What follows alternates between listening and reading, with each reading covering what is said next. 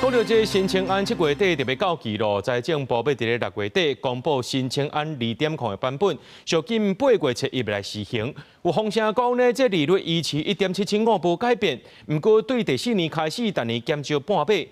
另外，這貸款一個年會不會當超過50歲，而且個人一年的收入也不會當超過200萬。新青安2.0版準備在6月底公布，外界關心新版甲舊版會有倒一寡改革。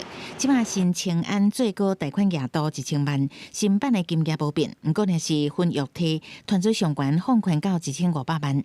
新版的利息補貼前3年共款補貼2碼，啊，不過為第4年開始，逐年遞減。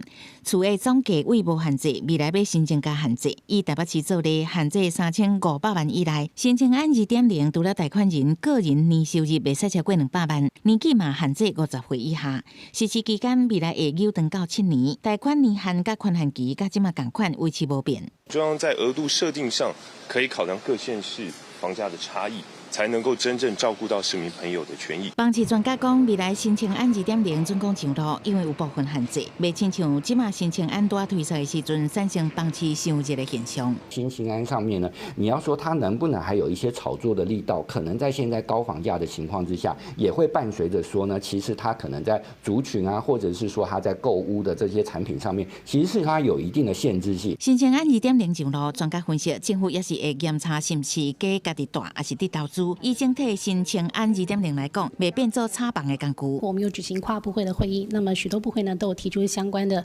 建議跟看法。那我們持續在這個最後收斂的階段。那一旦方案確認的話，會盡速來跟國人做說明。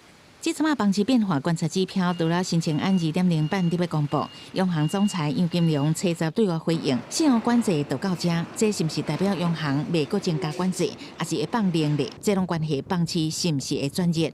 記者採訪報道。